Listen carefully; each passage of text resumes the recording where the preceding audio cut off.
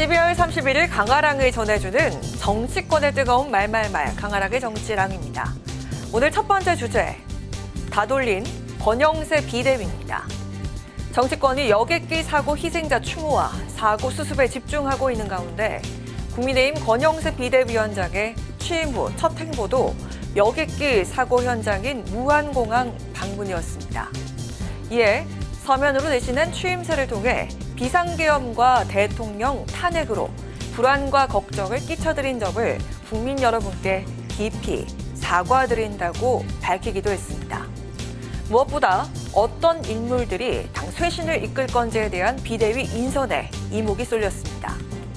비대위원으로는 3선의 이미자 의원, 재선의 최영두 의원, 그리고 초선 김용태 의원, 비례대표 최보윤 의원을 택했습니다. 모두 현역 의원을 발탁하면서 선수와 계파를 안배했다는 분석입니다. 또한 주요 당직자로 이양수 사무총장과 함께 당 조직을 총괄하는 조직부총장에 대통령 탄핵을 찬성했던 김재섭 의원이 발탁된 점도 눈에 띕니다.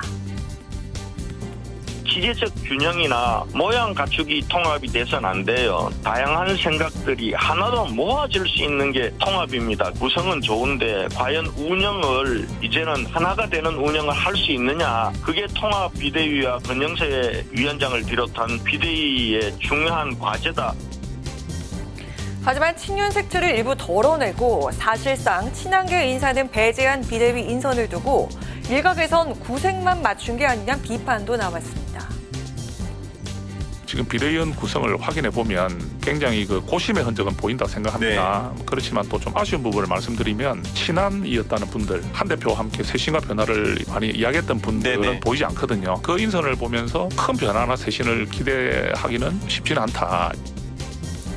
어제 원외 당협위원장 42인이 비대위에 원외 인사를 추가해달라고 요구한 것과 관련해 권영세 비대위원장은 현재로선 원외 인사의 비대위원 등 추가 인선은 없다는 입장을 밝힌 것으로 전해지고 있습니다.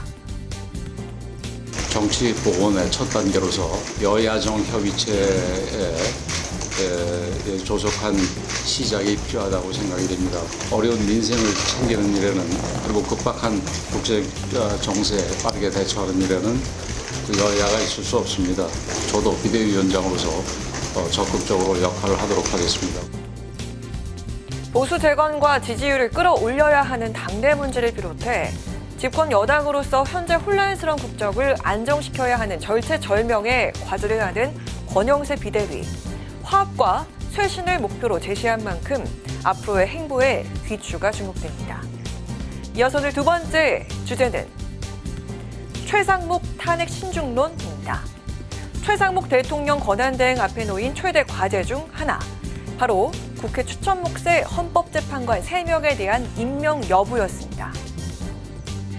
어제 헌정 회복을 위한 헌법학자 회의는 성명을 통해 대통령 권한 대행은 국회 선출 재판관을 임명해야만 하며 이를 해태하거나 거부하는 것은 위헌이라고 밝혔습니다. 정치학자 542명도 어제 시국선언을 내고 신속한 헌법재판관 임명과 내란 특검, 즉각 공포를 촉구했습니다. 최상목 부총리는 권한 대행으로서 책임 있게 행동하기를 바랍니다. 그런 가운데 오늘 오후 최 권한대행은 국무회의에서 쌍특검법에 대한 거부권을 행사하고 헌법재판관을 2명만 임명하겠다고 밝혔습니다. 민주당은 최 대행이 한덕수 전 대행과 마찬가지로 거부권을 행사할 경우 또다시 탄핵하겠다고 주장해온 바 있습니다. 하지만 이번 여객기 사고와 국정 공백을 고려해 일단은 기다려보자는 분위기가 감지되기도 했었는데요. 그러한 얘기를 하는 것은 국가 애도기간이 아니더라도 옳지 않습니다. 그래서 우리 민주당의 이재명 대표나 박찬대 대표나 지도부에서 그러한 얘기는 나오지 않잖아요. 지금은 당장 시한을 정할 필요는 없는 것 같고요. 사고 수습에 대한 과정들을 좀 보고 최상목 권한대행의 국정 수행 과정을 좀 지켜보면 어떻게 할지 저희들은 방향이 나오지 않을까 싶습니다. 최상목 권한대행이 비상계엄 선포 전 국무회의에서 계엄을 반대하며 회의장을 박차고 나갔고 곧장 사퇴 의사를 밝히는 등 한덕수 국무총리와는 다른 행보를 보였던 만큼 최대행의 결단을 믿어보자는 기대감도 작용했던 것으로 전해지고 있습니다. 국정 안정을 위한 재정당 협의 이거는 반드시 필요할 것 같고 그것도 가능하면 경쟁적 요소가 있는 것들보다는 민생과 경제, 안보, 외교 같은 꼭 필요한 그리고 당장 해야 될 중요한 일들에 집중했으면 좋겠다는 생각이 듭니다. 서로 협력해서 우리 국민들을 위한 정치 함께 나가셨으면 좋겠습니다.